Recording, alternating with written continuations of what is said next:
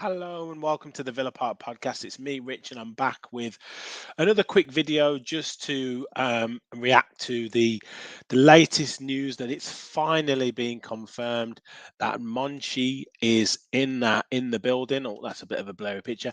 Monchi is in the building. It's been confirmed by the club um, after days of negotiations. I believe a €3 million release clause, some of it paid by the man himself, and he's now announced as the president of football operations, which we'll get into a little bit more in a second. I also wanted to kind of give my views on Perslow because obviously at the start of the week it was Perslow that was being announced as moving on, and kind of talk about what we can expect in the future from Monchi and Emery working together. So before we push on, we are literally, I think, one or two maybe away from 1,700 subscribers. So I've got the 1,600 plus one there. We'll have to change that very, very soon. If you hit the subscribe button, and if you can all like the video, please help us keep pushing on to 2K and beyond. That would be amazing. If you do want to become a member as well, function is available for just $1.99 a month, and you can become an official Villa Park Pod follower. The content is obviously free on the channel, but if you want to support us that little bit more, then please feel free to do so. So yeah, Monchi is in the building. I just wanted to share with you the official club article because it's not necessarily sporting director, it's president of football operations. Joins from Seville, where he was director of football. In his new role, he'll report directly to Nassef Sawiris and Wes Edens and have responsibility for all football matters at the group. And he will work closely with Unai Emery to lead the club.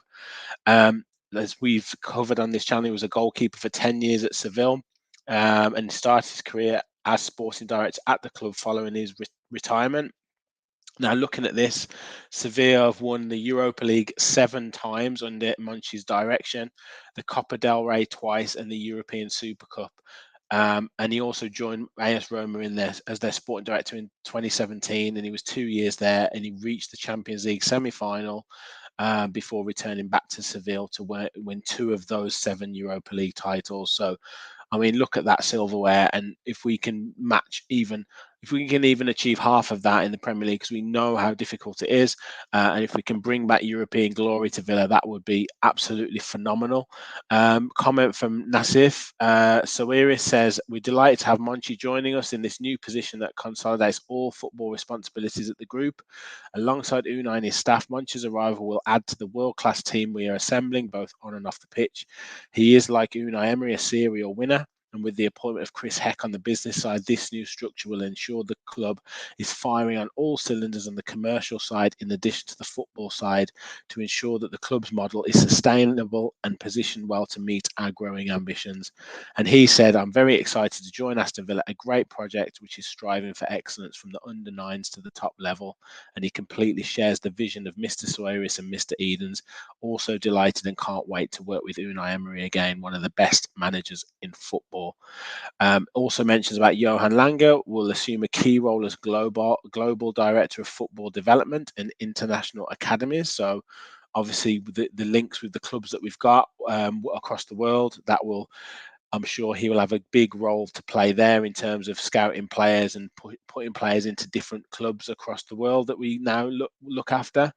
And Damien Vidagani will assume the role of director of football operations and work alongside Unai Emery to manage the day-to-day football operations and support Monchi in his responsibilities and provide a link between the football organisation and the rest of the club's functions.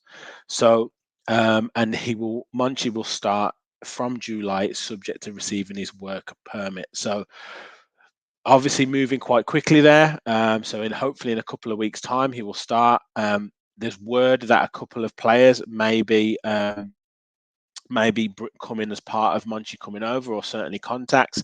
We've covered on this channel a couple of times, the scouting network and the people that report into him is 600 plus, which is just phenomenal. So the coverage that he has in terms of that global reach is crazy.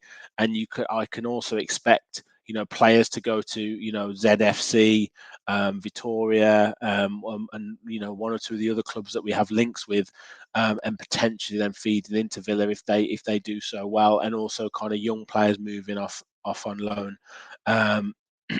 As well. So look, it's a big network that we've got. You can see the direction that the club is going into, with Chris Heck coming in on the business side of things, working on sponsorship deals, expanding the global reach that we've got in terms of commercial. We're obviously going to America in pre-season, which will boost that a little bit as well.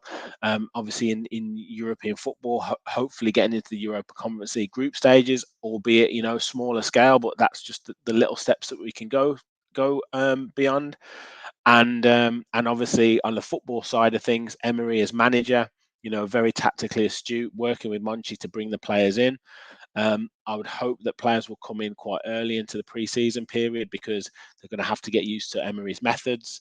But look, it's really exciting times at the club, and to have like the clarity now set up on the 16th of June, is very, very, very good. Emery's got his coaching team in, he's got his scouting team in, so now it's about getting it right on the pitch, and getting the right players in that we want. I did want to kind of cover a little bit on Christian Perslow as well. Obviously, he stepped down at the start of the week, and I think a lot of it, we've looked at Perslow as being defined by, the appointment of Steven Gerrard, and obviously that was something that, in terms of putting Villa onto the map, in terms of raising the profile of the club, it was something that was, needed, arguably needed, because, Gerrard was a big name, world class player, could bring players into the club. Obviously brought Philip Coutinho. Just the project didn't work, and he and Gerrard didn't work. He didn't get the club, after an initial kind of boost. And for whatever reason, across that pre-season of last season, just things conspired to go against the club and against him, and just didn't react to certain situations very well. And unfortunately, Perslow is kind of used as that. It was his man, and he had to carry the can. And I think from that point, I know a lot of our viewers, a lot of comments have been that was the kind of the writing on the wall for Perslow. But I also think the sale of Jack Grealish, I think at first we thought it was all decisive, and the kind of statement that he made, maybe that was a little bit more of a vanity project. Buendia hasn't been fantastic. Danny Ings has obviously gone off and is struggling at West Ham. Looks like he's going to leave after 6 months there, and Leon Bailey has kind of flattered to deceive. So if you look at that, it's really taken Unai Emery to come in and grab hold of the club and really get the most out of the players that we've got to turn us back onto this track. And you know, unfortunately for Perslow, I think, like I said, the writing was on the wall, because his decision to bring Gerrard in ultimately could have really cost us, and it had to make Nassif Sawiris and Wes Eden step in, and particularly Nassif, and step in and kind of put us on the right track. But I would say that put us on the map. And prior to that, Perzo was very, very big, responsible for bringing in Dean Smith. And, we forget that we were in the Championship. We were 12th or 13th in the league at that point.